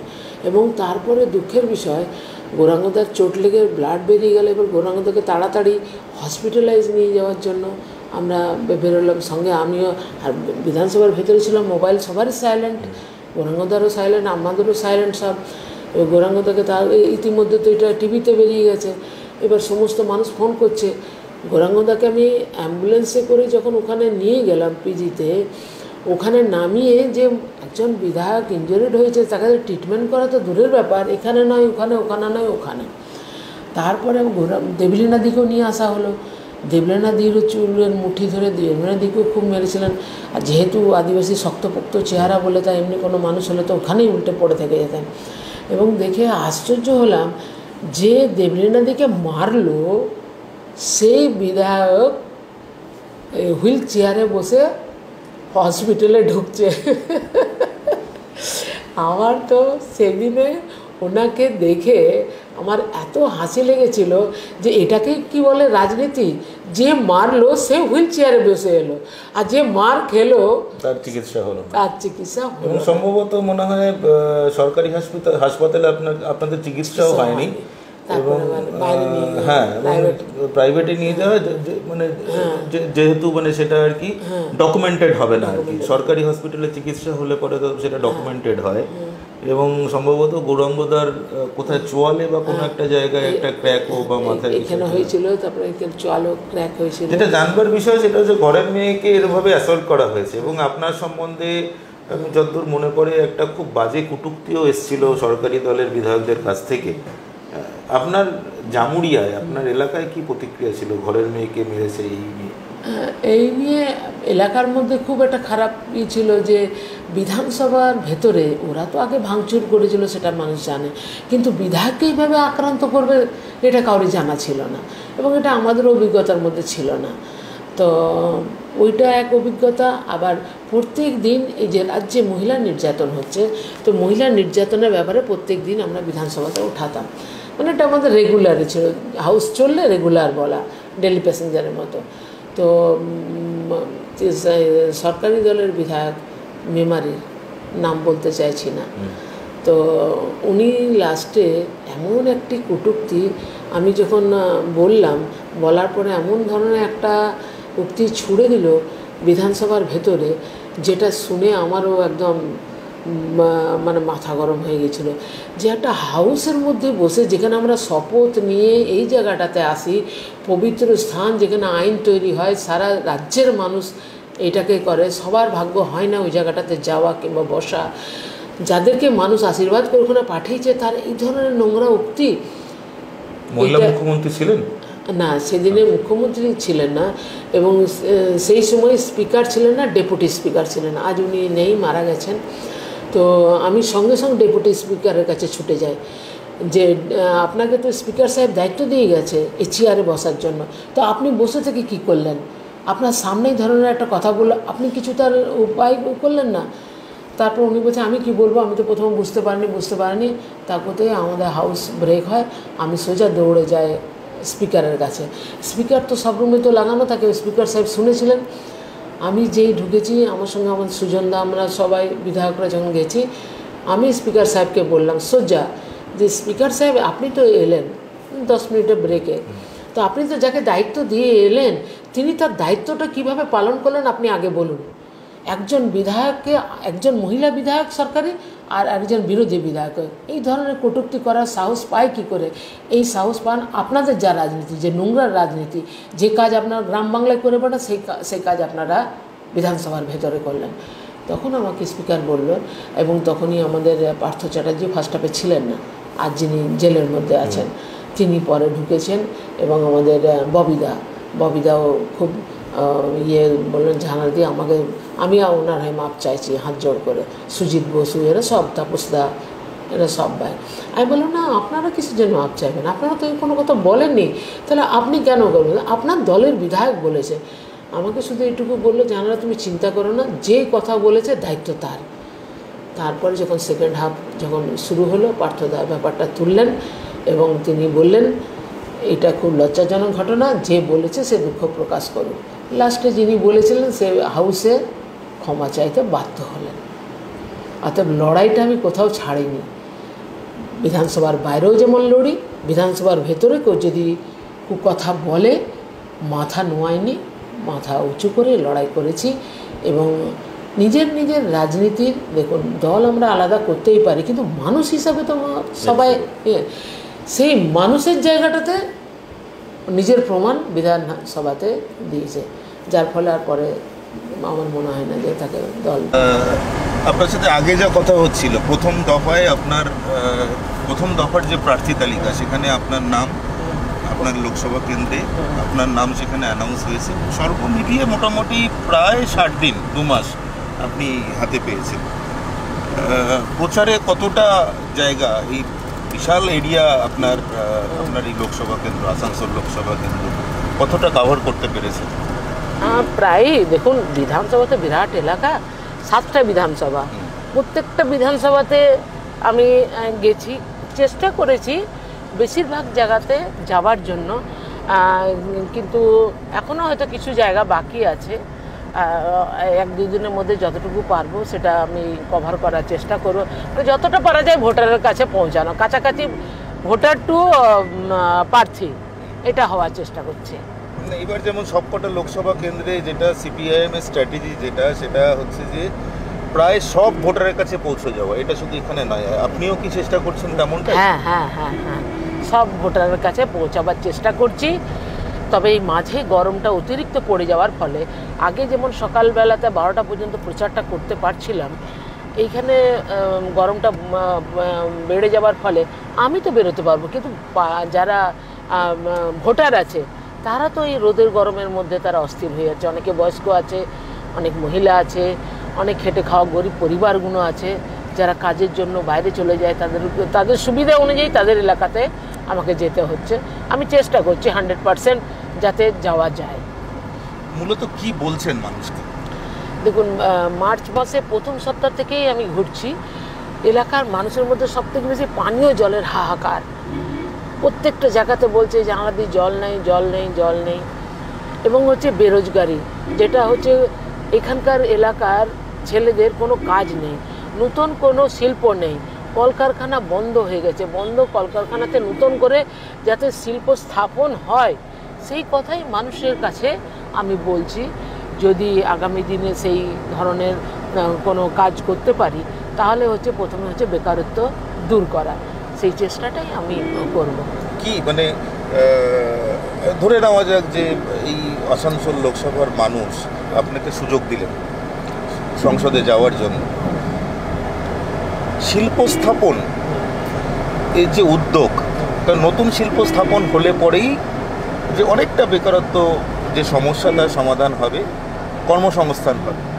কি উপায়টা কি মনে হয় আপনার, কিভাবে হতে পারে সেটা? এটা যদি এই বামপন্থীরা, এই ইন্ডিয়া জোটের প্রার্থীরা যদি দিল্লিতে বেশি করে পৌঁছাতে পারে, তবেই, যেমন ইউপিএ সরকারের আমলে 100 দিনের কাজ আমাদের পাস করা হয়েছিল, এই সরকারের আমলে সেটা দুর্নীতিতে ছেয়ে গেছে। এবং আমরা চেয়েছিলাম 100 দিন না, আগামী দিনে এটা 200 দিনের কাজ আমরা করব। ন্যূনতম মজুরির ব্যাপারে আমরা চিন্তা ভাবনা করেছি, কৃষকের ফসলের দাম যাতে পাওয়া যায়, ন্যায্য পাওয়া যায়। এই সরকার এই কৃষি মারা নীতিগুলো যেগুলো নিয়েছে, তার বিরুদ্ধে লড়তে গেলে আমাদের বেশি করে আমাদের ইন্ডিয়া জোটের প্রার্থীদের দিল্লিতে পৌঁছাতে হবে। সেই পৌঁছে ওখান থেকে লড়াই করে এলাকার মানুষের জন্য কাজ করতে পারবো, এটাই ভাবি। এই খান্দ্রা এলাকা মূলত শিল্পাঞ্চল, ইস্টার্ন কোল মাইন্স। গত যে পঞ্চায়েত ভোট, সেখানে আমরা শুনেছি এখানকার শাসক দল এখানকার যেভাবে সন্ত্রাস করে যে ভোট করিয়েছে, কিন্তু এই মুহূর্তে সামনে লোকসভা ভোট, এই মুহূর্তে সংগঠনের কি অবস্থা, কতটা প্রস্তুত আপনারা? আমরা হচ্ছে যে বিগত যতগুলো নির্বাচন হয়েছে, সেই নির্বাচনে আমাদের এই এলাকাটা হচ্ছে যে বামপন্থী মানুষের বসবাস হচ্ছে যে বেশি, এবং বামপন্থীরাই বারবার হচ্ছে যে জয়লাভ করেছে। এই এলাকার সমস্ত পঞ্চায়েতগুলো আমাদেরই হাতে হচ্ছে ছিল। কিন্তু বিগত দিনে হচ্ছে যে বিরোধী হচ্ছে যে শাসক দল, এই শাসক দলের সন্ত্রাসের জন্য আমরা হচ্ছে যে 2013তেও পঞ্চায়েতে জয়লাভ করেছিলাম, কিন্তু 2018 সালে আমরা পঞ্চায়েতে নমিনেশন হচ্ছে যে করেছিলাম, কিন্তু সেই নমিনেশন হচ্ছে তুলে নিতে বাধ্য হয়েছিল। এবং 2013তে যারা আমাদের যে জেতা পঞ্চায়েতগুলো, খান্দ্রা গ্রাম পঞ্চায়েত বাদ দিয়ে দক্ষিণখণ্ড গ্রাম পঞ্চায়েত, কাজরা গ্রাম পঞ্চায়েত, এরকম বিভিন্ন যে গ্রাম পঞ্চায়েতগুলো জিতেছিলাম, কোনোটা হচ্ছে 2 বছর, কোনোটা হচ্ছে যে 1.5 বছর, এরকম সময়ে আমাদের যারা জয়ী প্রার্থী তাদেরকে বিভিন্ন রকমের ভয় দেখিয়ে, বিভিন্ন রকমভাবে হচ্ছে যে তাকে সন্ত্রস্ত করে সেই পঞ্চায়েতগুলো হচ্ছে ভেঙে দেওয়া হয়েছিল। কিন্তু এবারের যে নির্বাচন হচ্ছে, এই নির্বাচনে আমাদের মানে হচ্ছে যে মানুষের যে সাড়া, সেই সাড়া হচ্ছে যে ব্যাপক মানুষের সাড়া আছে। এবং মানুষ, আমরা হচ্ছে যে সবথেকে বড় যেটা প্রচারের হাতিয়ার করে মানে পদ্ধতি করেছি, সেটা হচ্ছে যে ডোর টু ডোর ক্যাম্পেইনিং, বাড়ি বাড়ি গিয়ে প্রচার। তো এখন মানুষ হচ্ছে প্রতি জায়গাতেই এটা বলছে যে আমরা যে দল মানে হচ্ছে যে তৃণমূল বলুন, বিজেপি বলুন, এদেরকে হচ্ছে যে আমরা ভোট দেবো না, এবং হচ্ছে যে বামপন্থীদেরকেই দরকার। এই এলাকাতে হচ্ছে যে বিগত দিনে বামফ্রন্টের আমলে আমরা যেভাবে বসবাস করতাম, যেভাবে হচ্ছে যে আমাদের জীবন জীবিকার হচ্ছে যে মানে নিরাপত্তা ছিল, সেই নিরাপত্তা নেই। অতএব হচ্ছে বামপন্থীদেরকে হচ্ছে যে দরকার আছে, এবং আমরা আগামী দিনে হচ্ছে যে বামপন্থীদেরকে ভোট দেবো। এটা কিন্তু মানুষের, প্রত্যেকটা মানুষের কাছ থেকেই আমরা এই আশ্বাসনটা হচ্ছে যে পাচ্ছি। কিন্তু হচ্ছে যে আমাদের এই এলাকাতে বিভিন্ন যে কয়লা মাফিয়ার থেকে শুরু করে যারা হচ্ছে যে অ্যান্টি সোশ্যাল আছে, তাদেরকে হচ্ছে যে এখন যখন তৃণমূল বলুন, বিজেপি বলুন, এরা হচ্ছে প্রচারে এখনও পর্যন্ত এখানে সেইভাবে প্রচার করে উঠতে পারছে না, মানুষ এদেরকে হচ্ছে যে গ্রহণ করছে না। তার জন্য আমাদের কাছে হচ্ছে খবর আছে যে কয়লা মাফিয়াদেরকে দিয়ে পড়ে, বিভিন্ন হচ্ছে অ্যান্টি সোশ্যালদেরকে দিয়ে পড়ে সেই ভোটের দিনে হচ্ছে যে তারা আবার সন্ত্রাস সৃষ্টি করার হচ্ছে যে একটা পরিকল্পনা তারা নিচ্ছে। কিন্তু আমরাও হচ্ছে যে প্রস্তুত আছি। বিগত দিনে যেভাবে হচ্ছে যে মানুষকে সন্ত্রস্ত করে পড়ে হচ্ছে যে ভোট লুট করেছে, এবারে আমরা সেই ভোট লুট হচ্ছে যে রুখবো। এটা হচ্ছে যে আমাদের সংগঠনের পক্ষ থেকে, আমাদের সংগঠন হচ্ছে সেই জায়গায় তৈরি আছে। আসানসোল লোকসভা কেন্দ্র মানেই হচ্ছে আপনার শিল্পাঞ্চল। এই অঞ্চলের অর্থনীতি ডিপেন্ড করে হচ্ছে আপনার ইসিএল এর উপর। এখন কি অবস্থা এই ইস্টার্ন কোলফিল্ড লিমিটেডের এখন যে অবস্থা সেটা হচ্ছে যে আর্থিকভাবে যদি বলেন কোম্পানির যে মানে আর্থিক পরিস্থিতি বা মানে আর্থিক স্থিতি সেটা হচ্ছে যে খুব ভালো অবস্থাতে আছে, প্রোডাকশন খুব ভালো হচ্ছে এবং হচ্ছে যে মানে একটা লাভজনক সংস্থা হয়েছে। কিন্তু এখন হচ্ছে যে এই ইসিএলকে হচ্ছে বেসরকারি হাতে বিক্রির প্রক্রিয়া হচ্ছে অলরেডি শুরু হয়ে গেছে। ইসিএলকে বিক্রির প্রক্রিয়া যেমন আমাদের এখান থেকেই আপনি যদি 1.5 কিলোমিটার দূরে যান ময়রা কোলিয়েরি, সেই কোলিয়েরিকে হচ্ছে যে মানে রেভিনিউ শেয়ারিংয়ের নামে বিক্রি করে দেওয়া হয়েছে বেসরকারি মালিকের হাতে। এদিকে হচ্ছে যে তিলাবুনি কোলিয়েরি আছে, সেখানে হচ্ছে যে এমডিওর নামে তা বেসরকারি কোম্পানিকে দিয়ে দেওয়া হয়েছে এবং বিভিন্ন যে কোলিয়েরিগুলো আছে সেই কোলিয়েরিগুলোকে বেসরকারি হাতে তুলে দেওয়ার জন্য ইতিমধ্যেই মোদী সরকার তার পরিকল্পনা তার মানে প্ল্যান প্রোগ্রাম করে ফেলেছে। এবং এই কয়লা খনি যদি আগামী মানে হচ্ছে যে 24 সালে যদি বিজেপির গভর্নমেন্ট হয় তাহলে ইস্টার্ন কোলফিল্ড আর হচ্ছে সরকারি থাকবে না, সমস্ত কয়লা খনিকে যেভাবে বিক্রি প্রক্রিয়া শুরু হয়েছে সেটা হচ্ছে যে বিক্রি করে দেবে। তো প্রাইভেটাইজেশন হলে তার একটা সুফলও থাকে, তার একটা কুফলও থাকে, কিন্তু কুফল বেশি। এইটা নিয়ে কি শ্রমিকরা ওয়াকিবহল? হ্যাঁ, নিশ্চয়ই ওয়াকিবহাল। এবং হচ্ছে যে আমরাও শ্রমিকদেরকে এই জিনিসটা হচ্ছে যে বোঝাবার চেষ্টা করছি। কয়লা খনি একসময় হচ্ছে যে বেসরকারি হাতেই ছিল। হ্যাঁ, 1973 সালে সরকার মানে হচ্ছে যে সরকারি হয়েছে বা ন্যাশনালাইজ হয়েছে।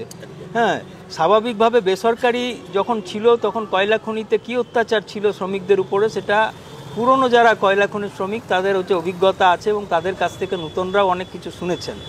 এবং কয়লা খনি যদি বেসরকারিকরণ হয়ে যায় তাহলে এই এলাকার যে ভৌগোলিক যে চেহারা যে অবস্থান সেটা হচ্ছে যে পুরোপুরি চেঞ্জ হয়ে যাবে এবং এই এলাকার যে অর্থনীতি সেটা হচ্ছে যে ধসে পড়বে। কারণ কয়লা খনির যারা বেসরকারি মালিক তারা সরকারিভাবে হচ্ছে যে কয়লা খনির শ্রমিকদের যে সুযোগ সুবিধা সমস্ত সুযোগ সুবিধাকে ছাঁটাই করে তারা 12 ঘন্টা কাজ করানো, তাদের হচ্ছে যে ন্যূনতম মজুরি না দেওয়া, মানে একটা অত্যাচারের রাজত্ব হচ্ছে যে কায়েম হবে। এবং তার সঙ্গে সঙ্গে হচ্ছে যে এই এলাকাতে যে কয়লা মাফিয়া আছে তাদেরও হচ্ছে যে একটা রমরমা অবস্থা হচ্ছে যে সৃষ্টি হবে। অর্থাৎ এই এলাকার যে অর্থনীতি সেই অর্থনীতি হচ্ছে ধসে পড়বে, এই এলাকার যে জনবসতি এই এলাকার যে প্রাকৃতিক পরিবেশ সমস্ত কিছু হচ্ছে যে ধ্বংস হয়ে যাবে, এটা আমরা মনে করি। আচ্ছা, সেটা হচ্ছে যে 2019-এ যে আমরা আমাদের যে শেষ লোকসভা নির্বাচন হয়েছিল তখন সম্ভবত আপনাদের এখান থেকে এমপি হিসেবে জয়ী হয়েছিলেন বাবুল সুপ্রিয়। তারপরে তিনি দল পরিবর্তন করেন, দল পরিবর্তন করে তিনি যান তৃণমূল কংগ্রেসে, আবার উপনির্বাচন হয়। এটা কোন সালে হয়েছিল উপনির্বাচন? এটা 2021 সালে উপনির্বাচন, 2021 সালে। এবং 2021-এর পর থেকেই মানে 2021 সালে উপনির্বাচনে শত্রুঘ্ন সিনহা এখানে জয়ী ছিলেন। কিন্তু সেই সময়টাই আমরা তো এটাকে মহামারী বলিনি, এটাকে আমরা বলেছি অতিমারী। করোনার প্রভাব আমি শিওর যে এই অঞ্চলেও নিশ্চয়ই পড়েছিল। হ্যাঁ, তো সেই সময় শাসক এই যে এমপি বলুন এদেরকে আপনারা পাশে পেয়েছিলেন? আমাদের হচ্ছে যে বাবুল সুপ্রিয় জেতার পরে তাকেও হচ্ছে এই এলাকার মানুষ দেখতে পাননি। পরবর্তী ক্ষেত্রে এই যে শত্রুঘ্ন সিনহা যাকে আবার হচ্ছে যে তৃণমূল প্রার্থী করেছেন, ইনিও সেই ভোটের সময় এসেছিলেন, তারপরে ভোট নিয়েছিলেন, চলে গেছিলেন। এই এলাকার মানুষ হচ্ছে যে না বাবুল সুপ্রিয়কে দেখতে পেয়েছেন না হচ্ছে শত্রুঘ্ন সিনহাকে দেখতে পেয়েছেন। এবং এমপির যে ভূমিকা থাকা দরকার এলাকার মানুষের ক্ষেত্রে, এই যে এলাকাতে ধস গ্যাস মানুষের পুনর্বাসনের যে বিষয়, এই ব্যাপারে কোনো রকমভাবে তাদের কোনো ভূমিকা ছিল না। এই এলাকার মানুষ এমপির যে বিষয় মানে কিছুই জানেন না এবং তাদের থেকে কোনো রকম হচ্ছে যে উপকৃত হননি এবং সেই মহামারীর সময় এই এমপিদেরকে হচ্ছে দেখতে পাওয়া যায়নি। তো এই নিয়ে এলাকার মানুষের কি রিয়াকশন? এলাকার মানুষের ক্ষোভ আছে, কিন্তু ক্ষোভ থাকলে পরেও এলাকায় যেভাবে হচ্ছে শাসক দল সন্ত্রস্ত করে রেখেছে, বিগত দিনে বামফ্রন্টের সময়ে মানুষ যেভাবে আলোচনা সমালোচনা করতে পারত, বিভিন্ন জায়গায় বসে পড়ে যে এটা ঠিক হচ্ছে না, আমরা হচ্ছে যে এমপিকে পাচ্ছি না, আমরা এমএলএকে পাচ্ছি না, তারা যেভাবে বলতেন সেই বলার সুযোগ নেই। যদি ওনাদের বিরুদ্ধে হচ্ছে যে ওই এমপির বিরুদ্ধে বা এমএলএর বিরুদ্ধে এই এলাকার মানুষ যদি কিছু বলেন তাহলে তার বাড়িতেই সন্ধ্যাবেলায় হামলা হয়ে যাবে। অতএব মানুষের মধ্যে ক্ষোভ আছে, কিন্তু সেই ক্ষোভকে হচ্ছে যে প্রকাশ্য রাজপথে বলার মতন হচ্ছে ক্ষমতা কারো নেই, কারণ তার বাড়িতে হচ্ছে যে হামলা হবে।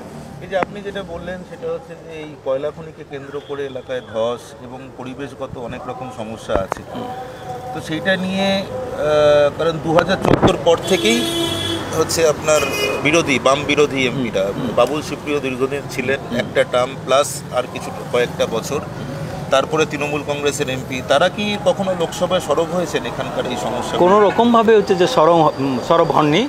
এবং হচ্ছে যে এই যে ধস গ্যাসের যে সমস্যা, এই সমস্যাকে জাতীয় সমস্যা হিসাবে ঘোষণা করা হয়েছে। এর জন্য আমাদের যিনি মানে মারা গেছেন কমরেড হারাধন রায়, তিনি মানে কেন্দ্রে হচ্ছে যে পার্লামেন্টে লড়াই করে ধস গ্যাসকে জাতীয় সমস্যা হিসাবে ঘোষণা করতে হবে এবং ধস কবলিত এলাকার মানুষকে পুনর্বাসনের ব্যবস্থা করতে হবে, তার জন্য কেন্দ্রীয় সরকারকে হচ্ছে যে টাকা দিতে হবে। সেই লড়াই করে তিনি হচ্ছে যে বহু টাকা আদায় করেছেন এবং আমাদের যে এডিডিএ আছে কোল ইন্ডিয়া, তাকে হচ্ছে যে এজেন্সি করেছে এই ধস কবলিত মানুষকে তাদেরকে হচ্ছে পুনর্বাসন দেওয়ার জন্য। কিন্তু সেই টাকা হচ্ছে পড়ে আছে কোন এলাকার মানে ধস হচ্ছে বিভিন্ন জায়গাতে, আপনাদেরকে নিয়ে গেলে আমরা দেখিয়ে দিতে পারি। এখানেই হচ্ছে যে হরিশপুর বলে একটা গ্রাম আছে, চক্রমবাটি বলে গ্রাম আছে, এদিকে পড়াস্কুল গ্রাম আছে। এখানে পড়াস্কুল গ্রামে কয়েকজন মানুষ মারা গেলেন ধসের মধ্যে হচ্ছে যে ঢুকে, সেখানে ইললিগ্যাল মাইন্সে ঢুকে মারা গেছেন মানুষ।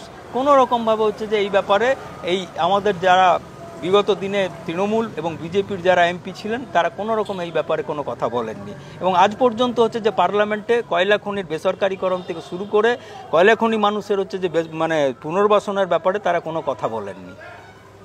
এই কয়লা খনি এটা তো ওপেন কয়লা খনি, মানে এটাকে তো আপনারা ওটাই কি ভাষা বলেন? এখানে দু রকমের মাইন্স আছে, একটা হচ্ছে পিট মাইন্স আন্ডারগ্রাউন্ড মাইন্স, আর একটা হচ্ছে যে ওসিপি ওপেন কাস্ট মাইন।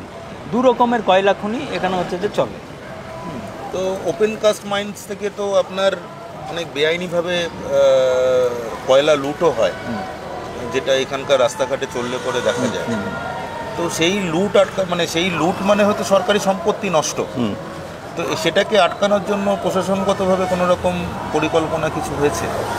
কথা হচ্ছে নিয়ম যেটা মানে এগ্রিমেন্টে আছে যে ওসিপি ওপেন কাস্ট মাইন করলে প্রথমে তারা কয়লাটা তুলে নেবে এবং কয়লা তোলার পরে যে ওভারবার্ডেন আছে, যে মাটিটা উপরের স্তরের যে মাটিটা আছে, যেটা মানে কি বলবো, যেটাতে হচ্ছে যে গাছপালা এই সমস্ত যে মানে হয় 7 ফুট পর্যন্ত যে মাটি, সেই মাটিকে এক জায়গায় রাখতে হবে। তারপরে যে মানে মাটি, সেই মাটিকে এক জায়গায় রাখতে হবে এবং সেই মাটিকে পরবর্তী ক্ষেত্রে আবার ফিলিং করে সেখানে হচ্ছে গাছ লাগানো বা অন্য কিছু করা, সেই সমস্ত এগ্রিমেন্ট মানা হচ্ছে না। কোম্পানি ইসিএল হচ্ছে যে কয়লা তুলছে এবং কয়লা তোলার পরে খোলা অবস্থায় থেকে যাচ্ছে, সেখানে হচ্ছে যে এই কয়লা চোররা গিয়ে পড়ে নানা রকমভাবে হচ্ছে যে তারা অবৈজ্ঞানিকভাবে কয়লা উত্তোলন করছে সুড়ঙ্গ কেটে, এবং সেখানে ধসে বহু জায়গায় হচ্ছে যে মানুষ মারা গেছেন এই কয়লা খনি এলাকাতে। হ্যাঁ, বিভিন্ন হচ্ছে যে ঝাড়খণ্ড থেকে শুরু করে বাইরের লোকজনকে নিয়ে এসে পড়ে আপনার এখানে হচ্ছে যে কয়লা উত্তোলন করছে, বহু মানুষ চাপা পড়ে মারা যায়, সেখানে হচ্ছে যে প্রশাসনের কোনো ভূমিকা থাকে না। প্রশাসনের একটা অংশও এই ধরনের যে ইলিগ্যাল মাইন্স বা এই ধরনের যে কয়লা উত্তোলন হচ্ছে তার সঙ্গে হচ্ছে যে যুক্ত আছে এবং তার সঙ্গে সঙ্গে হচ্ছে যে আমাদের যে রাজ্যের শাসক দল তারাও হচ্ছে যে সরাসরিভাবে হচ্ছে যে এর সঙ্গে যুক্ত, যার ফলেই এই যে মানে কয়লা খনি এলাকাতে যে ইলিগ্যাল মাইন্স এবং অবৈধ হচ্ছে যে কয়লা পাচার, কয়লা চুরি, এটা চলছে। জানাদি, পলিটিক্যাল এথিক্স কতটা ইম্পর্টেন্ট মনে হয় আপনার কাছে? কেননা আপনি আপনার একদম কৈশোর বয়স থেকে আপনি বামপন্থী আন্দোলনের সাথে যুক্ত এবং সেই প্রথা বা সেই চিরাচরিতভাবে এখনও সেটা আপনি মেনে চলেছেন, আপনি এখনও সেই লাল ঝান্ডা ধরেই হাঁটছেন। বামপন্থীরা সাধারণত বিপক্ষের যারা প্রার্থী হয় তাদের সম্বন্ধে বলে না, এটা হচ্ছে বামপন্থীদের ঘরানা, এটাই কালচার। কিন্তু তবুও আপনার যে বিপক্ষের যে প্রার্থী তৃণমূল কংগ্রেস বিজেপির তো বটেই, ধরুন আজ বিজেপি কাল তৃণমূল, এইরকম একটা ব্যাপার আর কি। কিন্তু মিডিয়াতে ধরুন পুরো ঢাকঢোল পিটিয়ে প্রচার করা হয় যে সরকারি দল তৃণমূল কংগ্রেস এরাই নাকি বিজেপি বিরোধী। কিন্তু এইবারকার আমাদের যা অবজারভেশন, এখানে আপনার একটা মেজর সংখ্যক প্রার্থী যেটা হয়েছে তারা হচ্ছে হয় বিজেপির বিধায়ক 2021-এ জেতা, বা ধরুন যারা আগে বিজেপি ছিলেন, বিজেপির সাংসদ ছিলেন, তাদেরকে ডেকে এনে আবার তৃণমূলের টিকিটে দাঁড় করানো হয়েছে। এইটাকে আপনি কিভাবে বলবেন? দেখুন, মানুষ প্রত্যক্ষ করে দেখেছে যে এই 2011-র পর থেকে মমতা ব্যানার্জি যেভাবে রাজনীতির লোক বাদ দিয়ে বাইরের ফিল্মি দুনিয়ার লোকদেরকে নিয়ে এসে ভোটে জেতা যায়, কিন্তু মানুষের কোনো কাজ করা যায় না।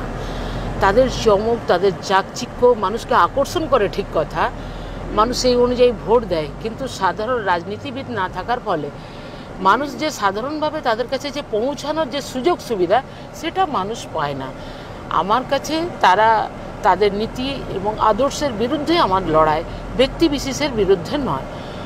তারা নিজের জগতে, অভিনেতা জগতে তারা প্রসিদ্ধ, তাদের সিনেমা ভালোবাসি, কারোর গান ভালোবাসি, সেটা হচ্ছে আপনি আমি সবাই ভালোবাসি, কিন্তু তারা যে আদর্শটা সামনে রেখে যে লড়াই করছে সেই আদর্শের বিরুদ্ধে আমার লাল ঝান্ডার যে আদর্শ সেটা আলাদা। একজন দেশটাকে বিক্রি করছে, একজন রাজ্যটাকে লুটেরাদের কাছে তুলে দিচ্ছে, এই দুজনের বিরুদ্ধে আমাদের লড়াই। সেই লড়াইটাকে সামনে রেখে আমরা আগামী দিনে করে যাব এবং লাল ঝান্ডার মানুষ তারা কখনো বিক্রি হবে না।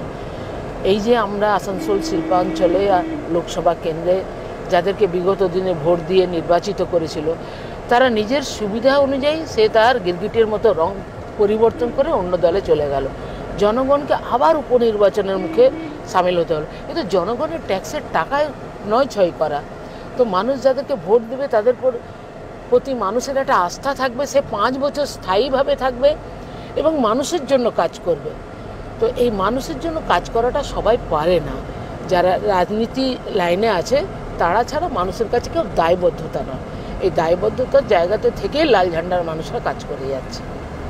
আমি যেটা বলছিলাম সেটা হচ্ছে যে এটাই প্রচার হয় তৃণমূল নাকি, বা প্রচার করার চেষ্টা হয় মিডিয়ার বাইরে দিয়ে তৃণমূলই নাকি হচ্ছে সবচেয়ে বড় বিজেপি বিরোধী দল ভারতবর্ষের মধ্যে দাঁড়িয়ে, কিন্তু তাদের যে কার্যকলাপ, এই যে অন্য দল থেকে ভাঙিয়ে, বিজেপি থেকে ভাঙিয়ে, তারা বিজেপির বিধায়ক কিন্তু তারা আবার তৃণমূলের প্রার্থী। আদর্শগত দিক থেকে এটাকে আপনি কীরকম চোখে দেখেন? দেখুন, ওদের আদর্শর দিক দিয়ে আমার তো মানে যতটুকু মনে হয় যে এরা কাজ করতে, তৃণমূল দলটা তো জন্ম কংগ্রেস থেকে ভেঙে হয়েছে, আর মমতা ব্যানার্জি আগামী দিনে এনডিএর শরিক ছিলেন, যেখানে হচ্ছে অটল বিহারী বাজপেয়ী যখন আমাদের দেশের প্রধানমন্ত্রী ছিলেন তখন আমাদের রাজ্যের বর্তমান মুখ্যমন্ত্রী তিনি ছিলেন রেলমন্ত্রী। এবং অটল বিহারী বাজপেয়ী আপনি দেখেছেন অনেকবার এসছে কালীঘাটে, ওনার বাড়িতে গেছে, ওনাদের যে মানে আন্তরিক যে সম্পর্ক যে পুরো দেশের মধ্যে সমস্ত রাজ্যবাসী জানে। অতএব তার বিরুদ্ধে লড়াই উনি কখনোই করতে পারেন না, উনি যতই বলুন আমি বিজেপি বিরোধী। তেহেলকা কাণ্ডকে সামনে রেখে উনি রেলমন্ত্রী ইস্তফা দিয়ে পশ্চিমবঙ্গে ফিরে এসেছিলেন। এবং ওনারা আজ দেখলেন না আপনারা এই 2024-এ রেড রোডে নামাজে, যেখানে মানুষ 1 মাস রোজা রাখছে, উপবাস করছে, লাস্ট দিন একে অপরের সাথে গলা মিলে সবাইকে অভিনন্দন জানায়, সেখানে উনি গিয়ে বললেন যে একমাত্র বিজেপির বিরুদ্ধে আমরাই লড়াই করছি, তাই বিজেপির কাছ থেকে সংখ্যালঘু মানুষের প্রচণ্ড বিপদ, তাই বিপদ থেকে রক্ষা করতে আগামী দিনে কংগ্রেস এবং সিপিএমকে একটিও ভোট নয়, ওরা তৃণমূলে ভোট দেওয়ার আবেদনটা এইভাবে জানালেন, যেটা কোনো ধর্মীয় অনুষ্ঠানে এটা সম্পূর্ণ বিরোধী। এবং এতে আমাদের সংখ্যালঘু মানুষের মধ্যে অনেকেই আছে এটা ভালো চোখে নেননি। যে উনি এসেছেন ঈদের শুভেচ্ছা জানাতে, ভালো কথা, ভালো থাকুন, সুস্থ থাকুন, ঈদটাকে ভালোভাবে পালন করুন, আজ মিলন উৎসব, সেটা না বলে তিনি সেখানে এই মানে রাজনীতির যে কথাটা উনি বললেন সেটা মানুষ ভালো চোখে নেয়নি। তাই আমরা পশ্চিমবঙ্গের মানুষ ভালোভাবে জেনে গেছে যে তৃণমূল এবং বিজেপি উভয়ই একই, উভয়ের ফ্যাক্টরি এক, এনাদের শোরুম হচ্ছে আলাদা। তাই বিজেপির বিরুদ্ধে লড়তে তৃণমূল না, তৃণমূলের বিরুদ্ধে লড়তে বিজেপি নয়, এরা উভয় এক, একমাত্র এই উভয়ের বিরুদ্ধে লড়াই খালি লাল ঝান্ডারাই করে এবং লাল ঝান্ডাই পারবে এদের বিরুদ্ধে লড়াই করে এদেরকে দেশ থেকে তাড়াতে, আগামী দিনে রাজ্য থেকে বিতাড়িত করতে। এই যে বলছেন এই কথাগুলো, আজকে বিভিন্ন জায়গায় প্রচারে যাচ্ছেন, তার কোনো রিফ্লেকশন কিছু আছে? হ্যাঁ, মানুষ তো প্রত্যক্ষ উপলব্ধি করে দেখছে যে যারা তৃণমূলের বিধায়ক ছিলেন, যে আমাদের এখানে দেখুন জিতেন্দ্র তেওয়ারি আগামী দিনে তৃণমূলের এমএলএ ছিলেন, আমাদের কর্পোরেশনের চেয়ারম্যান ছিলেন, তারপরে উনি তৃণমূল ছেড়ে বিজেপি চলে গেলেন, আর যে বিজেপির নেতা। আবার আমাদের অর্জুন সিংকে আপনি দেখেছেন, এমএলএ ছিলেন, পরবর্তী সময়ে উনি বিজেপি জয়েন করে বিজেপি সাংসদ হলেন, 5 বছর তৃণমূলের সঙ্গে ঘর করলেন, তৃণমূলের অনুষ্ঠান সবই কিছু করলেন। যখন তিনি টিকিট পেলেন না তখন তিনি আবার বিজেপিতে ফিরে গেলেন। এরকম বহু আছে। বাবুল সুপ্রিয় বিজেপির ছিলেন সাংসদ, চলে গেলেন তৃণমূলে। আবার শত্রুঘ্ন সিনহা, ইনি আগামী দিনে বিজেপির সাংসদ ছিলেন, মন্ত্রীও ছিলেন, আবার বর্তমানে তিনি তৃণমূলের এমপি। তো এনাদের যে রূপ, এটা এলাকার মানুষ বুঝে গেছে যে এনাদেরকে ভোট দেওয়া মানে আজ যদি আগামী দিনে যদি সাংসদ কম হয় তাহলে এরা তৃণমূল থেকে বিক্রি হয়ে যেতে এদের কোনো অসুবিধা হবে না, এবং বিজেপি থেকেও তৃণমূলে আসতে এদের কোনো অসুবিধা হবে না। এদের আসা যাওয়ার একটা সম্পর্ক, মধুর সম্পর্ক আছে। এদেরকে ভোট দেওয়া মানে আমাদের এলাকার উন্নয়ন নষ্ট করা এবং দেশেরকে পিছিয়ে দেওয়া। একটু কেটে আবার চালু করুন। জানুয়ারি 2019 থেকে কেটে যাব জানুয়ারি 2019 থেকে 2024 আপনার এই লোকসভা কেন্দ্র, আসানসোল লোকসভা কেন্দ্র 2জন সাংসদকে দেখেছে, যেটা আপনি বলছিলেন প্রথম বছর 2 বা 1.5 সম্ভবত বাবুল সুপ্রিয়, এবং তারপরে উপনির্বাচন হয়ে আপনার শত্রুঘ্ন সিনহা। দুজনেই ফিল্মি জগতের মানুষ আর কি। যাই হোক, কিন্তু এই বিগত 5 বছরের মধ্যে আমাদের পশ্চিমবঙ্গ তথা সারা বিশ্ব করোনার মতন, যেটাকে মহামারী বলা হয়নি, যেটাকে বলা হয়েছে অতিমারী, এইটার সম্মুখীন হয়েছে। খুব স্বাভাবিকভাবে এই শিল্পাঞ্চলে, আপনার অঞ্চলে, এই লোকসভা অঞ্চলে প্রচুর মানুষ করোনা দ্বারা এফেক্টেড হয়েছে। আপনিও ছিলেন এই অঞ্চলে, সাংসদের ভূমিকা কী ছিল? সাংসদদের সেই সময় তো দেখতেই পাওয়া যায়নি। যে সময় মানুষের প্রচণ্ড মানে করুণ অবস্থা, যে সময় আমাদের এখানকার বহু মানুষ বাইরের রাজ্যে কাজ করতে গিয়েছিল, তারা ফিরে আসার তাদের সমস্যা, পায়ে হেঁটে এসছে। আমাদের এই যে আপনি সিউড়ি রোডটা দেখলেন, এই বারাকর বর্ডার থেকে নিয়ে এই রাস্তাতে প্রচুর মানুষ দলে দলে দলে দলে হেঁটে এসেছেন। সেখানে এদের কিন্তু কোনো ভূমিকা ছিল না মানুষের পাশে, তাদের যে দাঁড়াবার যে কথা তারা থাকেনি। আমরা আমাদের যতটুকু সামান্য সাহায্য, মানুষ যারা হেঁটে আসছে, আমরা রাস্তায় রাস্তায় ক্যাম্প করে তাদের খাওয়ার ব্যবস্থা, তাদের যে কোনো গাড়ি ঘোড়াতে দিয়ে আমাদের পাণ্ডবেশ্বর পৌঁছে দেওয়ার ব্যবস্থা, যে বলেছে টাকা নেই তাদেরকে একটু টাকা দেওয়া, এবং রাস্তায় যে হাঁটছে তাদেরকে আর একটু কিছু খাবার দিয়ে দেওয়া, সঙ্গে ড্রাই ফ্রুট, একটু ফ্রুটস টুরুটস যে দিয়ে দেওয়া, যে যাতে আরও 5-6 ঘন্টা তাদের কাছে কিছু থাকে, যে যাতে ওরা গিয়ে পরবর্তী জায়গাতে গিয়ে যাতে ওরা মানে অসুবিধায় যাতে না পড়তে হয়। আমরা আমাদের মাধ্যমে আমরা চেষ্টা করেছি, কিন্তু সেই সময় আমাদের যে সাংসদ ছিলেন তাদেরকে কিন্তু দেখা যায়নি। যখন মানুষের পাশে দাঁড়াবার সবথেকে বেশি প্রয়োজন, সেই সময় তাদেরকে আমরা পাশে পাইনি। এটা এলাকা, এটা এই লোকসভা অঞ্চলের মানুষ সেটাকে উপলব্ধি করে? হ্যাঁ, উপলব্ধি করে, এবং মানুষ তো তাই বলছে যে আমাদের দুর্ভাগ্য যে আমরা মানে প্রলোভনে পা দিয়ে এমন জায়গাতে আমরা তাদেরকে নির্বাচিত করেছি, যাদেরকে উনি ওই ফ্লাইট চার্টারে প্লেনে আসছেন, অন্ডাল এয়ারপোর্টে নামছেন, গ্র্যান্ড হোটেলে থাকছেন, আবার উনি 2 দিন থেকে চলে যাচ্ছেন। তো মানুষের সঙ্গে যে যোগাযোগ, এখানে তাদের কোনো নিজস্ব অফিস নেই, মানে এমপির যে একটা অফিস হওয়া উচিত, যেখানে মানুষ গেলে পাওয়া যাবে, সপ্তাহে 2 দিন হোক, 1 দিন হোক, 3 দিন হোক, যেটা নিশ্চিত হয়, সেই অফিস নেই, এবং মানুষ সেই অফিসও নেই, এবং সংসদেরও কোনো দেখা নেন। উনি এই উৎসব পরবের সময় আসেন, দুর্গাপুজোর সময় 2-4টা প্যান্ডেল ঘুরেন, চলে যান, আর এই ভোট উৎসবে এসেছেন, এসি হলে বসে সভা করেন, তারপরে আবার উনি চলে যাবেন। চেষ্টা করছি সেটা হচ্ছে যে 11-র পর থেকে এই অঞ্চল এবং সমগ্র এই লোকসভা অঞ্চল মূলত সন্ত্রাস কবলিত। এর মধ্যে দাঁড়িয়ে এই বছরের ভোট, এই সামনে যে নির্বাচন, এটা খুবই গুরুত্ব রাখে। সাংগঠনিক দিক দিয়ে আমরা কতটা কোন জায়গায় আছি এই সামনের নির্বাচনটা করানোর জন্য? এই নির্বাচনটা করানোর জন্য সাংগঠনিক দিক দিয়ে আমাদের পার্টি পুরোপুরি প্রস্তুত আছে। এবং হচ্ছে যে আমাদের জেলাতে তো দুটো লোকসভা, একটা আসানসোল লোকসভা পুরোটা, আর দুর্গাপুর বর্ধমান দুর্গাপুর লোকসভা, দুটো অ্যাসেম্বলি কনস্টিটিউয়েন্সি নিয়ে আমাদের আমরা এই আসানসোল লোকসভার ক্ষেত্রে বলতে পারি যে আপনার হচ্ছে 1902টো বুথ আছে। 1902টো বুথের মধ্যে আমরা যেটা এখানে চেষ্টা করেছিলাম, বলেছিলাম কমরেডদেরকে যে তোমরা 4 বার করে প্রতিটা বাড়িতে যাও বিভিন্ন বিষয় নিয়ে, কখনো লিফলেট, কখনো হচ্ছে অন্যান্য যে নিয়ে। এর মধ্যে ধরে রাখতে পারেন আমরা 1700 বুথ প্রায় আমাদের কমরেডরা কভার করে ফেলেছে, 1 বার 2 বার 3 বার করে তারা গেছে আর কি। এবং তৃণমূল তো প্রত্যেক বাড়ি হচ্ছে লুটপাট করে ভোটে বিভিন্ন জায়গাতে, কতগুলো, বিশেষ করে এই অজয় নদীর ধার বরাবর এদিকে 5 কিলোমিটার রেডিয়াস আর ওদিকে বীরভূমের দিকে 5 কিলোমিটার রেডিয়াস করে। এবারে আমরা এবারে আমরা কমরেডদেরকে যে জায়গাতে নিয়ে এসেছি তাতে করে হচ্ছে সে লুটপাট আমরা কোনো জায়গাতে করতে দেবো না। মানুষ যাতে করে নিশ্চিন্তে ভোট দিতে পারেন, সাহসের সাথে ভোট দিতে পারেন, এবং প্রত্যেকটা বুথে পোলিং এজেন্ট, সাহসী পোলিং এজেন্টদেরকে বসানো এবং বুথকে রক্ষা করা, সেইভাবে আমরা আমাদের ক্যাডার, আমাদের ভলান্টিয়ার্স, আমাদের অন্যান্য কমরেডদেরকে আমরা হচ্ছে বলে রেখেছি। এবং এখনও পর্যন্ত আমার বিশ্বাস যে সেই প্রস্তুতি হচ্ছে আমাদের কমরেডরা সেভাবে নিয়েছেন এবং সেটা তারা পারবেন একদম, আমরা এটুকু বলতে পারছি।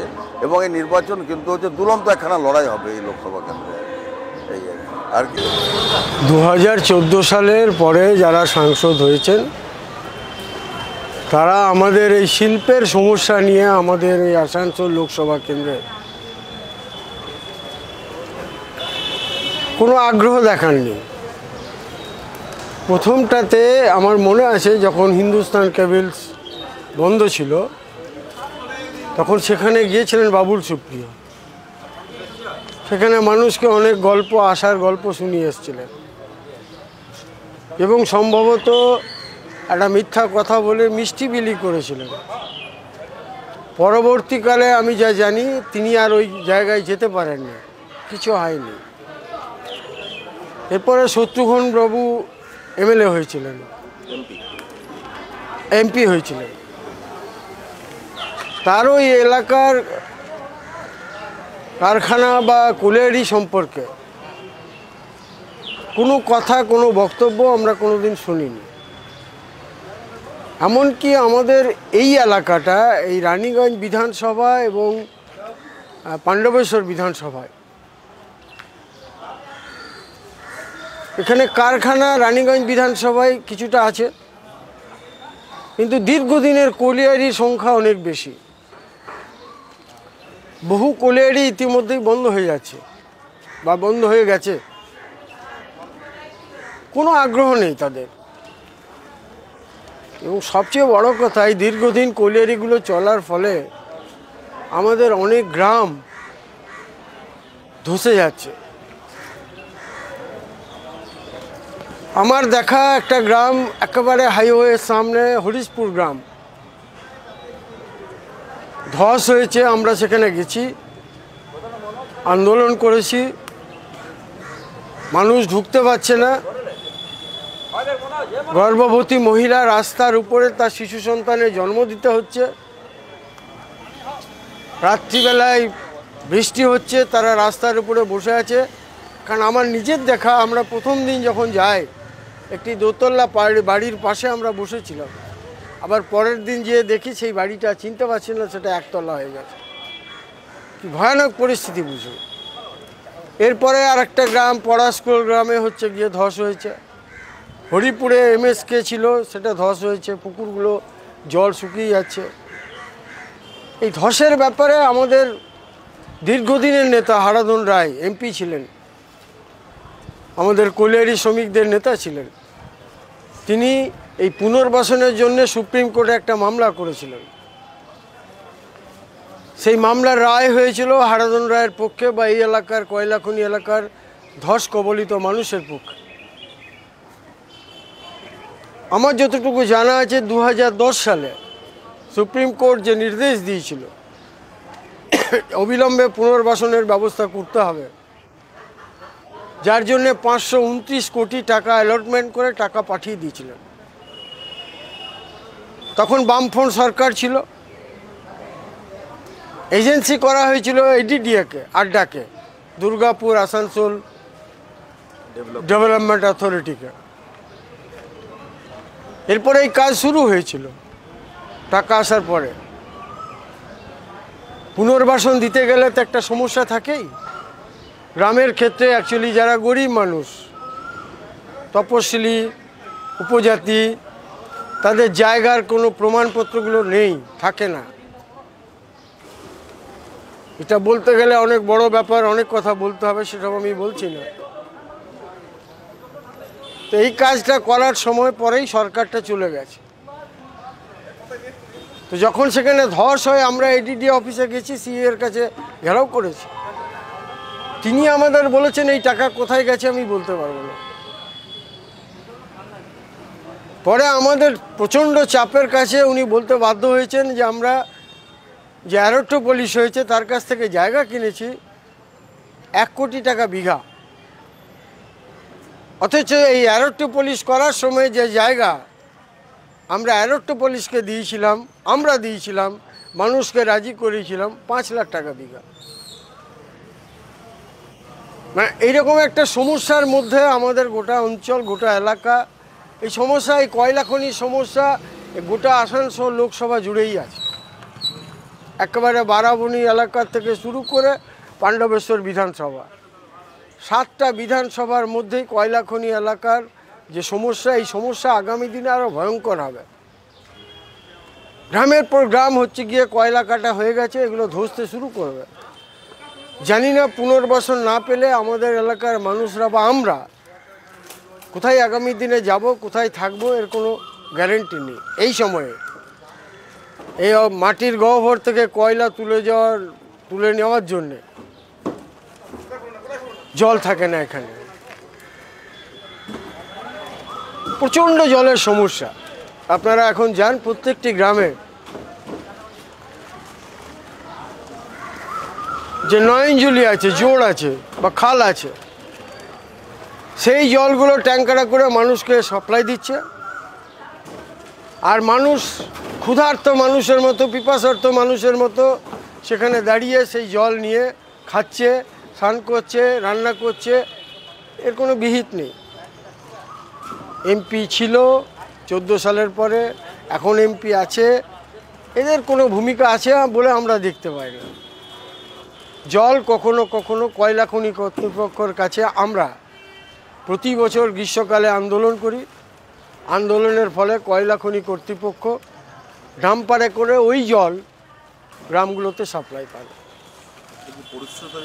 পরিশুদ্ধ নয় তো, আমি তো বলছি তো, এরকম আন্ডারগ্রাউন্ড কোলিয়ারির জল, এই আন্ডারগ্রাউন্ড কোলিয়ারিতে হচ্ছে গিয়ে যেগুলো বন্ধ আছে সেখানে জল ভরে আছে, কোথাও কোথাও সেখানে বোর করে সেই জলটা তুলে সাপ্লাই করা হচ্ছে। বামপন্থীরা যদি আবার সংসদে যায়, আপনার কি মনে হয় কিভাবে এই সমস্যার সমাধান করাটা সম্ভব হবে? আমি মনে করি বামপন্থীরা যদি সংসদে যায় তা আমরা লড়াই করেই সমস্যার সমাধান করতে পারবো। যা আমাদের হারদানরা শিখিয়ে গেছেন, যা আমাদের কয়লা খনি এলাকার মানুষকে লড়াই ছাড়া আমরা বাঁচব না, যা সুপ্রিম কোর্টের কাছ থেকে যে আদায় করেছিলেন,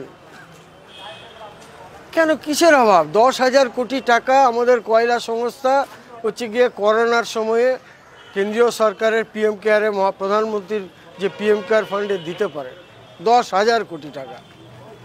আর যেখান থেকে কয়লা তোলার ফলে গোটা দেশ আলোকিত হচ্ছে, সেই এলাকার পুনর্বাসনের জন্য খরচা করতে পারে না? এটা একটা মহারত্ন। এখন প্রচুর লাভ কয়লা খনিতে, প্রচুর লাভ, প্রচুর টাকা কয়লা খনির। জানাদি, শেষ প্রশ্ন আমার, আসানসোল লোকসভার ভোটাররা যদি আপনাকে সংসদে পাঠান, প্রায়োরিটি বেসিসে এই লোকসভার জন্য আপনি কি কি কাজ করতে চান? দেখুন, কাজ অনেকগুলোই আছে। সেই কাজগুলোর মধ্যে হচ্ছে বন্ধ কলকারখানার জমিতে নতুন শিল্প স্থাপন, এই এলাকায় যে যে সমস্ত কোলিয়ারিগুলো বেসরকারিকরণ করা হয়েছে তার যাতে আর অন্য কোনো স্টেপ সংসদে যদি আমরা বেশিভাবে যাই তাহলে এটা রোকা। এবং এই এলাকাটাতে আমাদের প্রাক্তন সংসদরা যেভাবে রাস্তাঘাট, পানীয় জল, বিদ্যুৎ, যে ডেভেলপমেন্টের কাজ করেছিল সেই ডেভেলপমেন্টটা 10 বছর ধরে স্থগিত হয়ে গেছে। পানীয় জলের হাহাকার গোটা আসানসোল লোকসভা কেন্দ্রে। তো নতুন করে আরও পানীয় জলের স্থাপন এবং আমাদের এখানে বীরভূম এবং বর্ধমানে একটা যে যোগাযোগ যেটা হচ্ছে ব্রিজ হলে পরে সবথেকে ভালো, এই ব্যাপারে আমাদের সরব হতে হবে। একটা ব্রিজ করা তো সংসদের পক্ষে সম্ভব নয়, তার জন্য যদি সংসদে বেশি যাওয়া যায়, আর যেটা হচ্ছে এই 2 জেলা উপকৃত হবে, যাতে আমাদের কাজী নজরুল ইসলাম আমাদের ইউনিভার্সিটিটা হয়েছে, আমাদের নজরুল বিশ্ববিদ্যালয়টা রয়েছে, এগুলোতে বহু মানুষ আমাদের বীরভূম থেকে যাতায়াত করে। তাছাড়াও ব্যবসার ক্ষেত্রে ওই দিকের মানুষ এইদিকে আসছে, এদিকের মানুষ ওই দিকে যাচ্ছে। চুরুলিয়া এবং আমাদের দরবারডাঙ্গার যে ঘাট আছে, যেটা কাঁচা ঘাট, সেখানে বর্ষাকালের সময় মানুষ যোগাযোগ করতে পারে না, এটা হচ্ছে বড় সমস্যা আছে। এগুলো নিয়ে নিশ্চয়ই সরব হব। তাছাড়া আরও অন্যান্য গুণ আছে, সেগুলো দেখব যতটা কি করতে পারি। এবং আপনারা জানেন যে আমরা যে 5 জন মহিলা সংসদ যারা আমরা দাঁড়িয়েছি, এটা আমরা একটা সিদ্ধান্ত নিয়েছি, যদি আমরা জিতি 5 জন সাংসদ, তো প্রত্যেক সাংসদের 1 কোটি টাকা দিয়ে একটা আত্মরক্ষা মহিলা আত্মরক্ষা গড়ে তোলা হবে এবং আত্মরক্ষা সমিতির মাধ্যমে বিভিন্ন জায়গাতে আত্মমর্যাদা কেন্দ্র গড়া হবে। সেই কেন্দ্রের মাধ্যমে আমাদের যে সমস্ত মহিলারা পিছিয়ে আছে, আইনি সহায়তা বলুন, তাদের স্বনির্ভর করা বলুন, তাদের স্বাস্থ্যের ব্যাপারে আমরা সেই এলাকার সংসদীয় এলাকাতে মহিলাদেরকে নিয়ে আমরা কাজ করতে চাই। এটা আমরা একটা চিন্তাভাবনা করেছি। জানারিদি, আপনাকে অনেক অনেক ধন্যবাদ। আপনি আমাদের শুভেচ্ছা রইল এই সামনের লড়াইয়ে আপনি জয়ী হন এবং জয়ী হয়ে সংসদে গিয়ে এখানকার আপনার এই যে লোকসভা কেন্দ্রের যারা মানুষ যারা আছেন, বাসিন্দা যারা আছেন, তাদের জন্য কাজ করুন। আপনাকে আবার অনেক অনেক শুভেচ্ছা।